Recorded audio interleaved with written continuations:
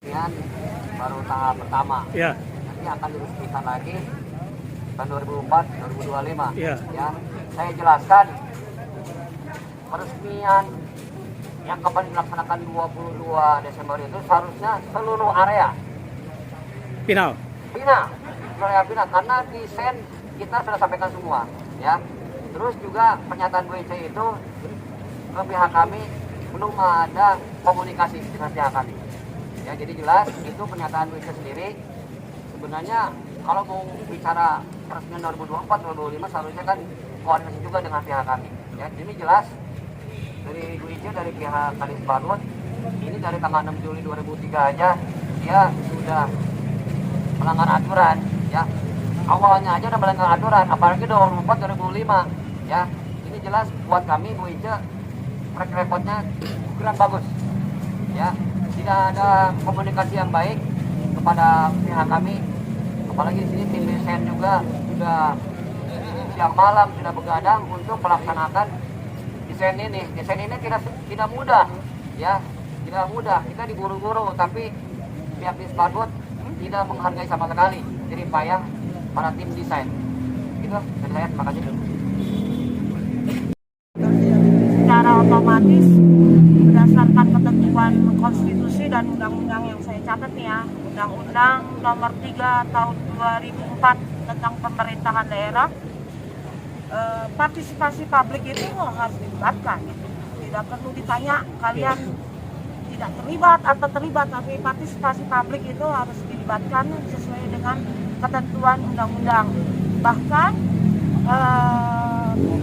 mengenai pengawasan pun bukan hanya dilakukan oleh kejaksaan atau inspektorat, tapi juga oleh masyarakat selaku kepentingan publik yang sebagaimana diatur oleh undang-undang itu sendiri. Nah, kalau langkah selanjutnya dari pihak teman-teman ini langkah hukum ya, karena ada celah hukum yang kalau tadi pemaparan Kang Lupi itu terkait dengan nilai 16M tadi, kalau saya cermati di LPSC itu ada kejanggalan. Bagaimana langkah hukumnya? Ya. Saya pikir ini ada beberapa hal kaitan dengan yang sekarang ini disaksikan oleh teman-teman sekalian, bahwa jelas ini belum mencapai 100%. Ini baru 70%. Yang jadi pertanyaan kami yang punya gambar, kami yang merancang, sehingga kami juga punya hitungan. Di hitungan kami jelas dengan nilai 14,7 tentunya harus sudah jadi. Akan tetapi kenyataannya saat ini bisa disaksikan oleh teman-teman media. Ini katanya 14,7 miliar dengan kondisi bangunan seperti ini. Ini kan aneh buat kita. Jadi nilai itu cukup fantastik dengan 14,7 dengan hasil hanya 70%. Itu yang menjadi pertanyaan. Adapun masalah nanti bagaimana, tentunya kami akan melaporkan kaitan tentang bagaimana pembangunan ini. Termasuk mungkin kita akan mencoba untuk melakukan audit ulang terhadap nilai yang 14,7. Karena menurut kami ini fantastik nilai ini. 14,7 kenyataan di lapangan ini baru 70%. Nah, kalau misalkan ada pernyataan dari Dinas Pariwisata bahwa akan ada pembangunan tahap kedua dan lain sebagainya, pertanyaan kami kemarin, yang diresmikan itu siapa? Kemarin katanya diresmikan hanya bangunan utama. Ini kan lucu. Kok ada lagi peresmian bangunan yang kedua, bangunan yang ketiga, sedangkan nilainya jelas, ya kan? 14,7 bisa dicek. Kami sebenarnya ingin tahu nilai 14,7 ini seperti apa bangunan, termasuk hitungannya, karena kami juga punya hitungan. Kenapa kami punya hitungan? Karena kami punya konsep, kami punya gambar. Tidak mungkinlah kami tidak punya hitungan. Itu kira-kira. Kaitan tadi pertanyaan tadi, apakah nantinya kita akan melaksanakan? Tentunya kita akan melaksanakan upaya hukum. Dalam artian, kita akan coba melaporkan ke institusi yang terkait, termasuk ke KPK dan sebagainya. Untuk apa? Untuk dilakukan audit ulang terhadap pembangunan ini. Sehingga nanti ada jelas transparan. Karena ini seperti apa? Pembangunan ini seperti apa? Nilainya bagaimana? Sehingga masyarakat Bogor juga harus tahu bahwa nilai sekian itu buat apa saja. Mungkin itu jawabannya. Jadi nilainya 14,7 ya? 16 miliar. Ya, kalau saya lihat di lelang LPSC itu 16 Ya. LPS. Artinya ada selisih atau saya katakan Pak mungkin Iya betul. Ya, itu akan harus dipertanyakan gitu. seperti itu. Dari 16 menjadi 14,7 juga kita bingung. Ya kan? Ya nanti silakan ditanyakan langsung ke Dinas Pariwisata kaitan itu, karena kita juga tidak punya kewenangan untuk bagaimana terhadap nilai itu. Hanya jadi pertanyaan kami ini 14,7 dengan bangunan hanya 70%, sedangkan dalam SPK-nya jelas bahwa ini 14,7 harus selesai. Kan itu yang menjadi. Lalu kami sebagai budayawan Kota Bogor merasa malu. Kenapa? Museum belum jadi sudah diresmikan. Terus masyarakat melihat apa dengan museum ini? Yang jadi pertanyaan kami, museum ini mau diisi apa? Apa yang mau diisi museum ini? Barang-barang purbakala ada di kita, di budayawan. Itu mau diisi apa? Mohon maaf, banyak museum di Bogor, tapi apa kenyataannya? Tidak ada pengunjung yang datang. Kalau ini dibuat hanya untuk sebagai kamuflase saja, buat apa dibangun? Itu yang menjadi pertanyaan. Jadi tolonglah, kami tidak menuntut apa-apa, tapi kami meminta penundaan kemarin, karena menurut kami belum 100%. Kenapa? Supaya lebih elegan. Ini kan ikonnya Kota Bogor. Masa ikonnya Kota Bogor seperti ini bangunannya? Boleh dicek, apakah benar? Kami punya gambar, komplit, bisa diidentifikasi bahwa gambar itu seperti apa bentuknya. Kami kecewa karena kami yang punya konsep, kami punya gambar, kira-kira gitu ya. Saya sih mau nambahin aturan hukum ya. Aturan hukum peraturan pemerintah nomor 6 tahun 2015 terkait museum ini harus ada beberapa kajian, tidak sembarangan namanya museum. Contoh, museum peta itu identitas dengan pejuang atau lebih ke museum peta itu kan lebih konteksnya ke bagaimana isinya sesuai dengan para pejuang yang 1945. Ini bicara Museum Pajajaran, berarti 200 tahun. Koleksi apa kira-kira yang mau dimunculkan di museum ini? Naskah proklamasi, Museum Naskah Proklamasi itu mengedepankan bagaimana penyusunan naskah proklamasi oleh para founding father, ya, para proklamator dalam mengkonsep naskah proklamasi itu jelas ruang-ruangnya 2 kali dibentuk. Nah, kalau Pajajaran 200 tahun atau 2 abad itu kira-kira koleksinya apa? Cok, tanya di BRP. Lagi Rias. Ada bertanya. Oh, mana? Ya, terkait permasalahan 2 pihak. Yang pertama itu perihal dari infrastruktur yang sudah dibangun. Ini kok bisa luput dari pengawasan para pihak budayawan yang sekiranya pihak budayawan ini kan dilibatkan dalam rapat dan menandatangani notulen kesepakatan. Berarti itu sudah menjadi islah kekuatan hukum ya. Saya tidak akan beralih kepada hukum ya diserahkan kepada nanti bidang hukum bagaimana upaya untuk mencari keadilan ya. Cuman yang saya tanyakan secara peresmian yang sudah dilakukan oleh Pemprov pemerintah kota itu apakah ada koordinasi terlebih dahulu dengan pihak budayawan?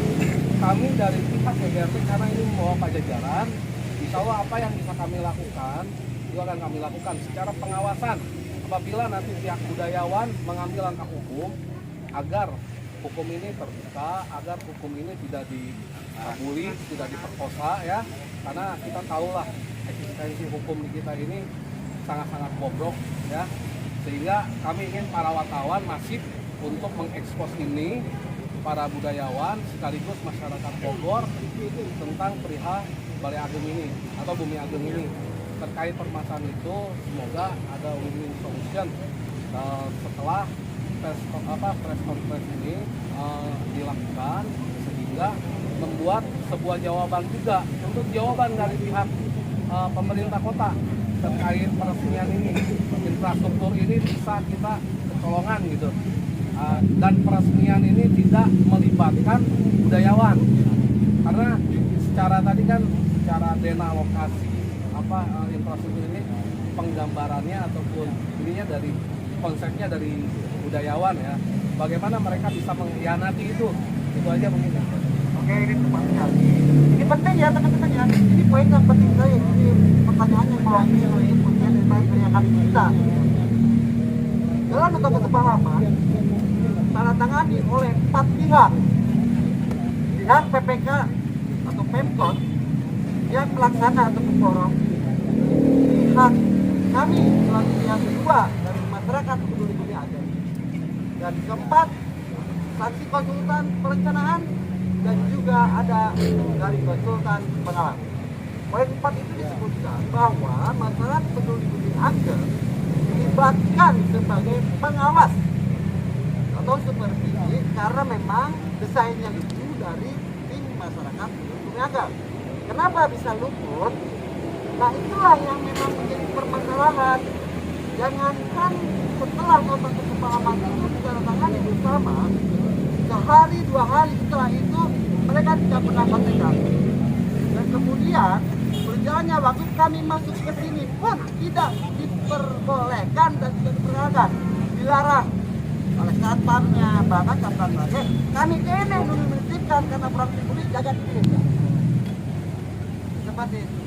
Jadi kemudian di tengah perjalanan kemudian ada penyalahgunaan material, yaitu menggunakan hebel.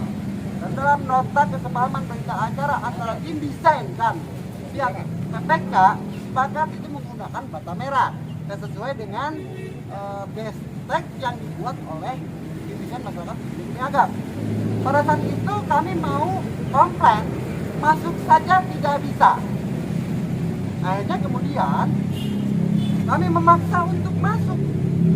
Akhirnya bertemu dengan pihak pemerintah Kota Bogor diwakili oleh PPK, yaitu kepala Hijab. Mereka berkelit. Setelah itu mereka juga tidak memberikan ruang komunikasi aktif dengan kami. Nah, tahu-tahu timbul undangan peresmian tanggal 22, itu pun undangannya sampainya ke kami jam 5 sore. Bahkan ada yang malam sampai. Jadi bagaimana mungkin?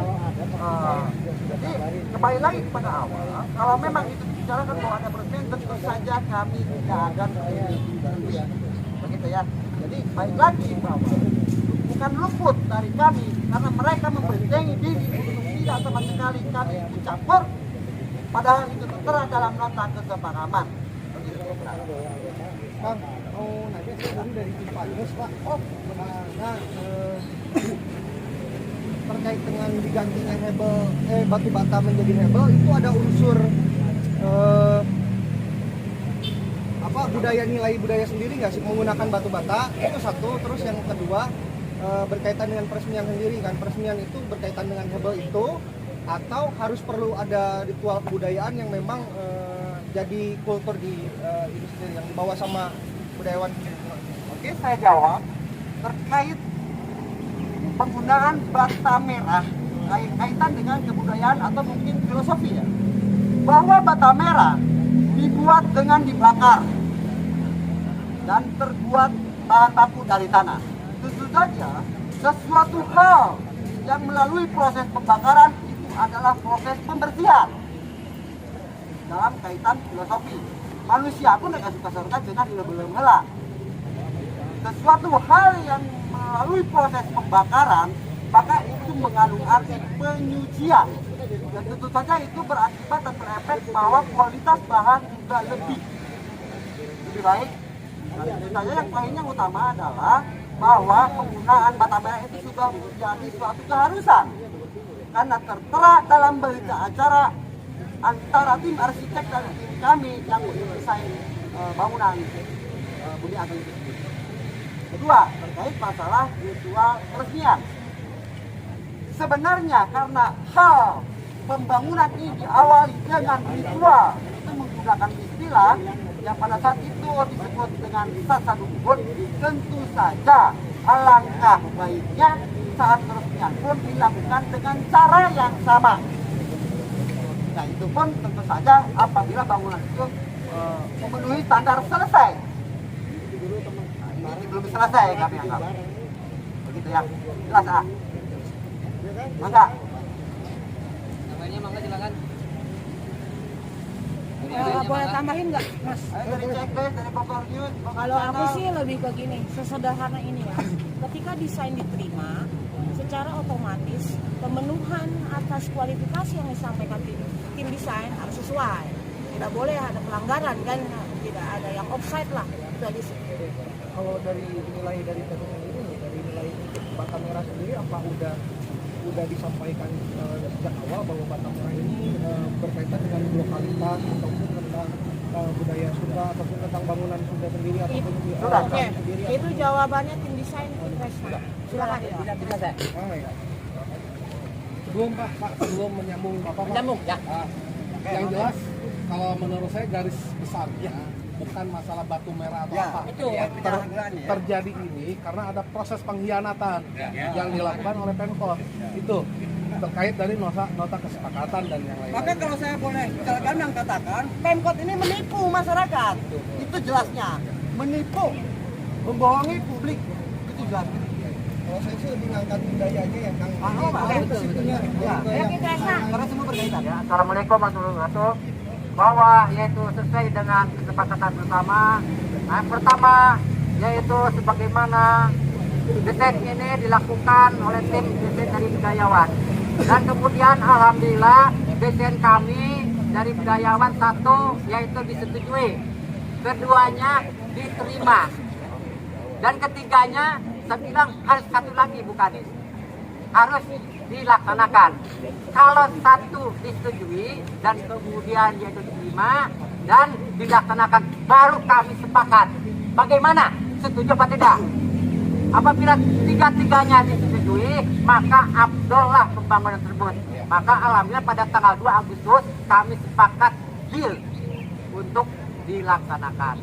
Dan kemudian yaitu kami ada musyawarah mufakat bahwa yaitu secara teknis bahwa yaitu yang tadi sudah disampaikan item pekerjaan khususnya dinding kami mohon dipakai batu bata. Keduanya waktu itu kusen yang tadinya yaitu sebagai tadi disampaikan oleh Lutfi yang tadinya yaitu jati akan tetapi yaitu dari kontraktor merasa kesulitan dan waktu, maka kami juga setuju bahwa kusen yaitu dipergunakan YKK, bukan sekualitas YKK tapi YKK. Dan kemudian bagaimana kami berembuk yaitu dengan tim teknis, dengan tim yaitu dari teknis daripada yaitu konsultan perencana, konsultan pengawas dan kontraktor. Kami bertanya, apakah sanggupkah kontraktor melaksanakan ini? Beliau menyatakan sanggup. Tentunya alhamdulillah. Akan tetapi yang tadi sudah sampaikan juga di dalam yaitu pembangunan kami tim teknis dari Budayawan tidak dilibatkan menjadi pengawas atau yaitu supervisi di lapangan sampai saat ini. Dan kemudian yaitu pada mau yaitu pelaksanaan yang katanya yaitu peresmian, kami tidak ditahu sama sekali. Saya didatangi yaitu pada sore hari ini, bahkan besok akan dirasakan yaitu peresmian. Bung begitu Rupina, kami tambahan. Oke. Satu nuhun, bangga. Bangga naon deui A? Yang lain? Ini bentar Pak, izin Pak. Sebelum ini saya ingin bertanya dan sekaligus nanti rekan-rekan media di sini mesti memberikan sebuah statement yang tegas menurut para kuasa hukum ya dari Budayawan yang bertanggung jawab terhadap ini semua itu siapa? Pemerintah Kota Bogor sama ini wali kota. Wali kota. Ya. Benar tuh. Itu poinnya ya.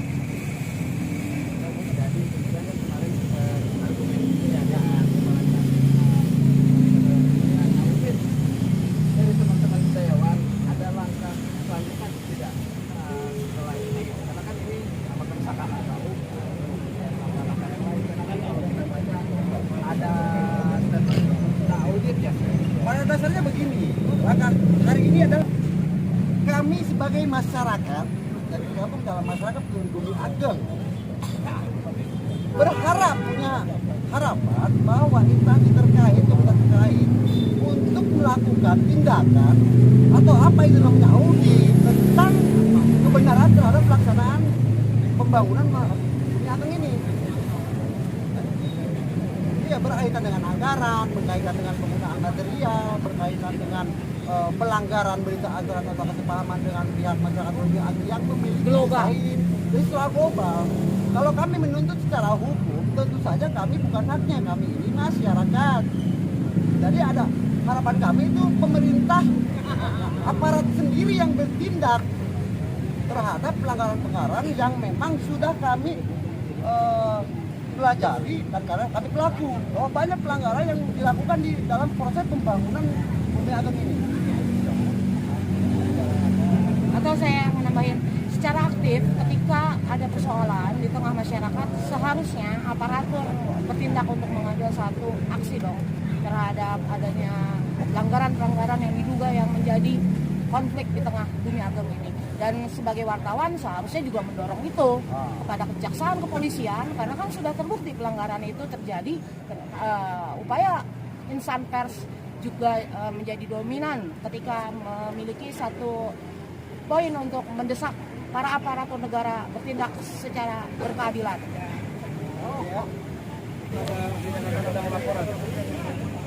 Mungkin pengaduan iya, karena kami sebagai masyarakat tentu saja mengadukan apa ke kejadian-kejadian yang terjadi di bawah. Sudah terjadi nih kan, berdiri lah ya. Tindakannya seperti apa sih? Tindakannya kalau saya kira kalau memang terus kemudian pihak terkait, apakah itu dia mau dari aparat sendiri, kejaksaan, DPRD, melihat ada pelanggaran yang terbukti, harusnya turun tangan dan memang ini diperbaiki dengan bagaimana aturan undang-undang. Seperti apa undang-undang melakukan tindakan itu kalau memang ini ada pelanggaran jelas. Atau saya tambahin Mas, karena kemarin Kepala Dinas Disparbud Ibu Ice menyampaikan bahwa teknis pembangunan ini di bawah pengawasan dari kejaksaan atau inspektorat, kami mohon pengawasan kejaksaan itu sebatas mana? Ya, pelanggaran apa atau hal apa yang dilakukan kejaksaan ketika melakukan pengawasan terhadap konteks pembangunan proyek yang memang sedang menjadi konflik di tengah masyarakat. Justru kami ingin bertanya, dan tugas wartawan mempertanyakan apa statement WIC itu dengan kami mendesak gelar perkara. Menantang pemerintah Kota Bogor pengawasan terhadap yang dilakukan kejaksaan dan inspektorat itu sejauh apa? Buktikan kepada kami, karena kami juga kami menyampaikan alat bukti dong. Lanjut pertanyaannya. Berita acara tindak tegas pelanggaran hukum di Dayo Pakuan Pajajaran.